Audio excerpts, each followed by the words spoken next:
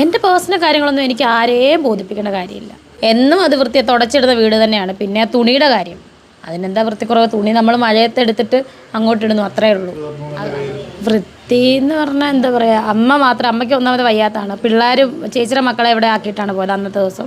അപ്പം കിച്ചു വന്ന് എടുത്തപ്പോൾ അമ്മയ്ക്ക് അത് വൃത്തിയാക്കാൻ പറ്റിയില്ലായിരിക്കും, അതേ ഉള്ളൂ. വൃത്തിയാക്കാൻ തന്നെ തുണിയെല്ലാം അങ്ങോട്ടും ഇങ്ങോട്ടും മറിഞ്ഞു കിടക്കുന്നത്. മഴക്കാലം ആകുമ്പോൾ നമ്മുടെ വീടുകളിലൊക്കെ തുണിയെടുത്ത് അങ്ങോട്ടിടും, എന്നിട്ട് പിള്ളേരുടെ കാര്യം നോക്കും.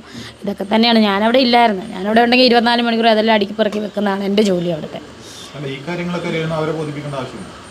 എൻ്റെ പേഴ്സണൽ കാര്യങ്ങളൊന്നും എനിക്ക് ആരെയും ബോധിപ്പിക്കേണ്ട കാര്യമില്ല.